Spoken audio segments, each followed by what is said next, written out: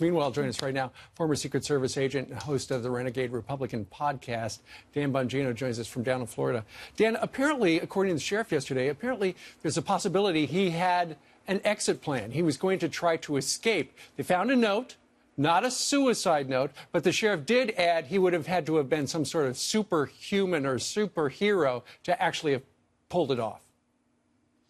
Yeah, that seems kind of strange to me. If you're doing a pre-planning, the extensive pre-planning this animal surely did, given all the evidence prior to this attack, it's kind of unusual that he would have an egress plan. It just doesn't make any sense. I mean, you're on the 32nd floor of a hotel. It's obvious if you're the attacker, they're going to locate the location where you're shooting from. There's really no way out. I mean, just think about this, Steve. There's really only one way out of a hotel room. That's the door. So it's kind of obvious that if he was smart enough to put this plan together, that I don't think, I'm not sure about that. It doesn't seem to make a lot of sense. Dan, authorities say he must have had help. They don't believe that he could have pulled this off on his own. In your experience, what do you think?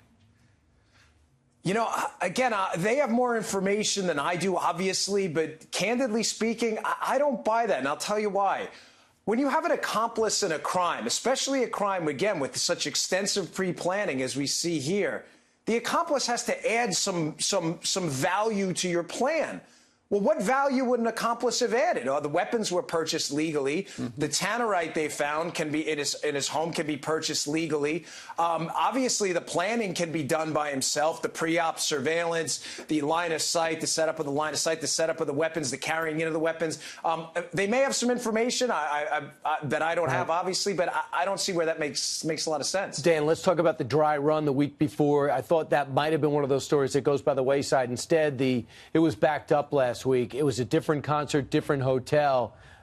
Do you believe dry run is an accurate description, or do you believe initial target? No, I think probably a dry run. I think what happened is he probably was looking around, vantage point, line of sight, seeing how he could rack up, you know, the greatest amount of body count he could. And maybe he had some line of sight issues at that initial one where there wasn't exactly a clear firing line. But it just seems to make sense that the first plan didn't work out. Maybe he went to a backup plan. You know what makes me agree with you on that? The girlfriend left on the 25th of September, which was last Monday, last week.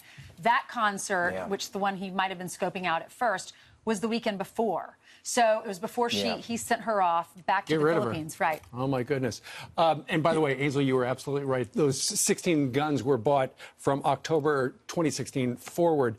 But speaking of guns, Dan, a lot of Democrats are now pushing for more gun controls. And in particular, there's an item today in the New York Times that talks about these bump stocks. You know, we'd never heard of a bump stock before, and I'm pretty familiar with guns.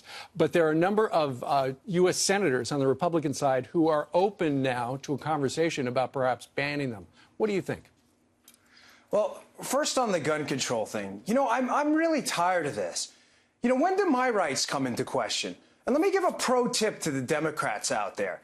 I'm really tired of your crap on this, okay? Stop talking to us like we're a bunch of gun-toting rednecks because, you know, I have kids too.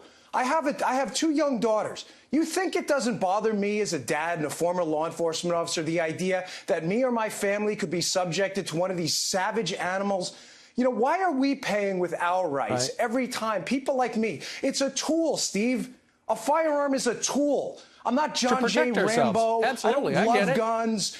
I don't have any love affair with this. It's a darn tool to protect yourself against the evil that some men do in this society. And Democrats lecturing us all the time in late-night comedians with no knowledge of the issue at all about how we're a bunch of violent maniacs because we simply want to protect our families against savages like this is a really dumb strategy to try to convince the other side. Well, wake up. Well, let's have a sensible argument about this. It's actually not. It's worse. They're actually saying you're complicit, blood on your hands for if you're a member of the NRA or a Republican who's against these some of these regulations.